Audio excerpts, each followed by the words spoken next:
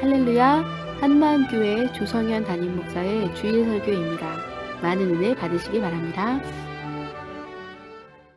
요한복음 14장 15절부터 21절까지의 말씀을 제가 읽겠습니다. 너희가 나를 사랑하면 내 계명을 지킬 것이다. 내가 아버지께 구하겠다. 그리하면 아버지께서 다른 보혜사를 너희에게 보내셔서 영원히 너희와 함께 계시게 하실 것이다. 그는 진리의 영이시다. 세상은 그를 보지도 못하고 알지도 못하므로 그를 맞아들일 수가 없다. 그러나 너희는 그를 안다. 그것은 그가 너희와 함께 계시고 또 너희 안에 계실 것이기 때문이다. 나는 너희를 보화처럼 버려두지 아니하고 너희에게 다시 오겠다. 조금 있으면 세상이 나를 보지 못할 것이다. 그러나 너희는 나를 보게 될 것이다. 그것은 내가 살아있고 너희도 살아있을 것이기 때문이다. 그날에 너희는 내가 내 아버지 안에 있고 너희가 내 안에 있으며 또 내가 너희 안에 있음을 알게 될 것이다. 내 계명을 받아서 지키는 사람은 나를 사랑하는 사람이요 나를 사랑하는 사람은 내 아버지의 사랑을 받을 것이다. 그리고 나도 그 사람을 사랑하여 그에게 나를 드러낼 것이다. 이는 주님의 말씀입니다. 아멘. 자리에 앉아주셨습니다.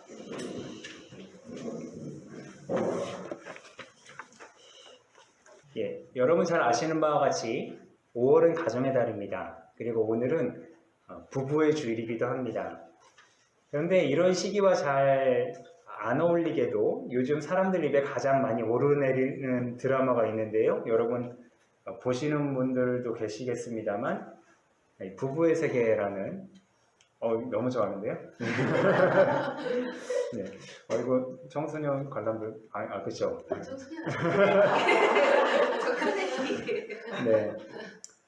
보신 분들도 아시겠지만 이 드라마가 이 가정의 달, 특히 뭐 이 부부의 주일 이런 이 색깔하고 잘 어울리지 않는 거는 이 드라마가 어떤 뭐 기쁨이 넘치는 가정의 모습을 보여준다거나 또 막 서로 애정이 넘치는 부부의 모습을 절대로 보여주지 않기 때문입니다. 이 드라마는 소위 사회의 유명한 사람들, 지식층들, 권력 있는 사람들의 불륜을 주 소재로 하고 있습니다. 근데 사실 근데 불륜은 이야기를 풀어내는 어떤 소재일 뿐이고요. 정작 제가 보기엔 그렇습니다. 이 드라마에서 얘기하고 싶은 거는 이 사회에 꼬일 대로 꼬이고 비뚤어질 대로 비뚤어진 인간관계를 드러내고자 하는 것이 아닌가 이렇게 보았습니다. 서로 간에 특히 가장 신뢰의 대상이 될 배우자들끼리 하나 둘 오해가 쌓이고 상대방을 속여서 거짓말이 짙어지면서 가정 안에서 부부 간에 또 부모와 자식 간에 또 사회에서 동료와 친구들 간에 관계가 어그러지는 모습들을 아주 적나라하게 드러내고 있습니다.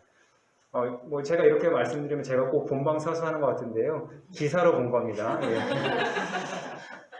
네. 여러분 어떻습니까? 일반적으로 세상에서는 안 된다 손가락질하고 지탄하지만 불륜도 또 한순간의 어떤 육체적인 즐거움도 사랑이란 이름으로 참 잘 포장이 됩니다. 그럴 수 있지라고 하기도 합니다. 근데 여러분 잘 아시는 바와 같이 그 바탕에는 제대로 된 신뢰관계가 없어요. 제대로 된 인간관계가 없어요. 그러니까 언제든지 이 꽉 움켜진 모래가 손에서 빠져나가는 것처럼 흔들릴 수 있는 것이 그런 세상이 정의하는, 세상이 동경하는 혹은 세상이 부추기는 사랑의 모습입니다. 오늘 본문에 보니까요. 본문의 처음과 끝에 사랑이라는 단어가 등장을 하고요. 예수님께서 사랑하라고 요구하시는 문구가 등장을 합니다. 나를 사랑하면 너희가 내 계명을 지킬 것이다 라고 말씀하시기도 하고요. 내 계명을 지키는 사람을 내가 사랑할 거야 라는 말씀도 하십니다. 근데 언뜻 보면요, 이 말들이 마치 어떤 특정 행위나 조건을 만족시킬 때만 예수님을 사랑할 수 있는 것처럼 아니면 이런 조건들을 만족시킬 때 예수님이 사랑해 주시는 것처럼 오해할 수도 있겠다 생각이 듭니다. 그러나 결론부터 말씀드리자면 이 말씀은 어떤 특정 사랑의 조건을 말하는 것이라기보다 그 내면에 더 깊이 들어가 있는 사랑의 관계에 대해서 말하고 있다는 것 말씀드립니다. 세상이 말하는 관계와는 다르게, 세상이 말하는 그 사랑의 관계와는 다르게 성경이 말하는 사랑의 관계는 과연 무엇일까? 오늘 말씀을 보면서 함께 알아보고자 합니다. 오늘 복음서 본문은 지난주의 이야기에 바로 이어지는 말씀입니다. 그러다 보니까 이제 배경도 지난주와 동일합니다. 십자가에 달리시기 전에 예수님께서 제자들과 이제 마지막 식사를 하시는 그런 장면인데요. 거기에서 예수님께서 제자들에게 말씀하시길 오늘 본문에 있는 내용입니다. 같이 한번 읽어볼까요? 시작! 내가 아버지께 구하겠다. 그리하면 아버지께서 다른 보혜사를 너희에게 보내셔서 영원히 너희와 함께 계시게 하실 것이다.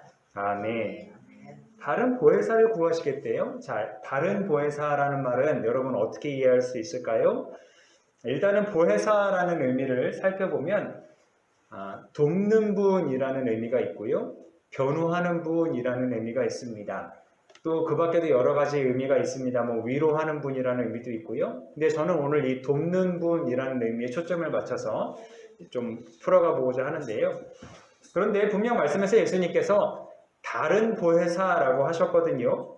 다른 보혜사라 하면 기존에 보혜사가 있었다라고 이해할 수도 있겠지요. 자, 그러면 다른 보혜사 이전에 이미 보혜사의 역할을 하고 있던 분은 누구일까요? 바로 예수님이셨던 거예요. 예수님이 그럼 도대체 무엇을 어떻게 도우셨다는 말일까요? 지난주 함께 나눴던 말씀에서 힌트를 얻자면 예수님이 제자들에게 뭐라고 말씀하셨냐면 내가 길이고 내가 진리고 내가 생명이기 때문에 나를 통하지 않고서는 누구도 아버지께 갈 사람이 없다라고 분명하게 말씀을 하셨어요. 그래서 이미 나를 만난 사람은, 이미 나를 본 사람은 아버지도 보았다라고 제자들에게 말씀을 하셨거든요. 그러니까 이것을 조금 더 쉽게 말하면 예수님은 사람들로 하여금 하나님 아버지를 알고 그분의 사랑을 깨닫고 또 그분께로 갈 수 있도록 인도하시는 길이요, 곧 그 길로 인도하시는 돕는 분, 곧 보혜사였다 우리가 이야기할 수 있겠습니다. 하지만 그랬던 그가 이제 십자가 죽음과 부활이라는 위대한 사명을 다 마치시고 하늘로 올라가실 건데 내가 하늘로 가기 때문에 이제 그 역할, 돕는 이의 역할을 대신할 분을 이제 너희에게 아버지께서 보내주실 거야 라고 약속하시는 것이 바로 오늘 본문 16절의 말씀입니다. 육체로 오셨던 예수께서 그 모습 그대로 하늘로 올라가셨기 때문에 더 이상 이 세상 어디에서도 예수님의 그 육체의 모습은 만날 수 없습니다. 볼 수 없어요. 그러나 예수님 약속하신 대로 다른 보혜사가 오셨어요. 그래서 예수를 믿는 이들 안에 함께 계시면서 비록 육체적으로는 만들 수 없다 할지라도 믿는 자들이 여전히 예수님을 보고 있어요. 자, 함께 있지 않지만 함께 있는 이 놀라운 역설이 예수님이 그 말씀하신 다른 보혜사를 통해서 이루어진 겁니다. 한마디로 보혜사로 오시는 진리의 영, 우리가 성령이라 부르는 그분께서 믿는 자들 안에 오셔서 이 믿는 자들이 예수님과 계속 관계를 이루어갈 수 있도록 도우시는 역할을 하신다는 거예요. 예수님은 제자들에게 그것을 말씀하셨고 그것이 실제로 이루어졌고 제자들에게만 한정된 이야기가 아니라 지금 2000년이 지난 지금 우리에게까지도 그대로 역사하셔서 우리가 예수님을 만난 적이 없고 본 적이 없고 그렇게 실제로 경험한 적이 없지만 그럼에도 불구하고 우리가 예수님을 보고 예수님을 믿게 되는 것 바로 누구의 도움이라고요? 보혜사이신 진리의 영 성령님의 도우심이라는 겁니다. 자, 이런 관점에서 오늘 말씀을 보면요. 예수님께서 계명 이야기를 하셨는데 사실 이 계명을 지키라는 것은 굉장히 작은 부분이라는 것을 우리가 알 수 있습니다.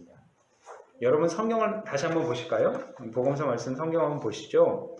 15절부터 21절까지의 말씀인데요. 15절에서 사랑하면 계명을 지킬 것이다 말씀하시고 21절에서 계명을 받아서 지키면 나를 사랑한 사람이다 라고 말씀하시는데 그 가운데 16절부터 20절까지 보시면 여기는 온통 내가 너희와 함께 하겠다. 내가 너희를 지키겠다. 내가 너희를 돕겠다. 힘을 주시고 위로하시고 그렇게 우리와 함께 하겠다 약속하시는 말씀들로 꽉 차 있습니다.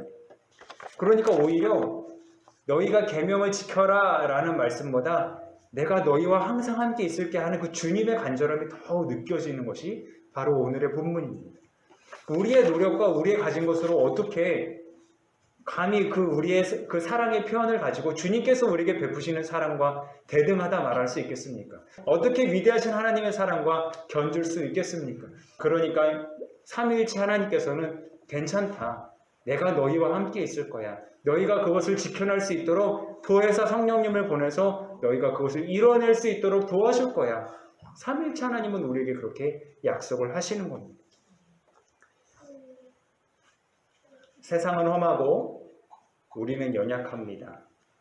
우리가 마음으로는 주님을 사랑한다 말하고 또 우리의 말로는 주님을 찬양한다, 주님을 예배한다, 주님께 영광 돌린다 말은 하지만 만약 우리가 주님과의 이 관계 안에 바로 서 있지 못한다면, 주님과의 이 신뢰의 관계를 계속 돈독하게 세워가지 못한다면 우리의 사랑은, 우리의 신앙은 언제든지 흔들릴 수 있습니다. 그러나 여러분, 그것조차도 우리가 걱정하거나 두려워할 필요 없는 것은 오늘 말씀에서 우리에게 일러주신 것처럼 이미 저의 안에, 그리고 누구 안에요?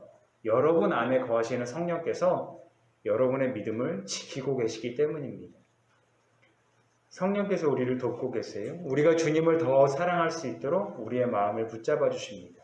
우리가 온전히 주님 안에 거할 수 있도록, 그리고 우리가 주님을 바라볼 수 있도록 우리의 시선을 인도하고 계십니다. 의지할 곳이 없고 막막한 이때야말로 날마다 도우시는 성령님의 은혜에 힘입어서 예수님의 관계에 더 깊어지고, 이로써 주님을 더 사랑한다고 고백하고 그렇게 주님과 날마다 동행하며 귀한 사랑의 관계를 쌓아가는 여러분 모두 되시기를 간절히 소망합니다. 기도하겠습니다. 말씀을 듣고 함께 신앙생활 하시기 원하시는 분이나 신앙상담을 원하시는 분은 전화 070-4671-8591, 홈페이지 www.onemindchurch.net으로 문의하시기 바랍니다. 감사합니다.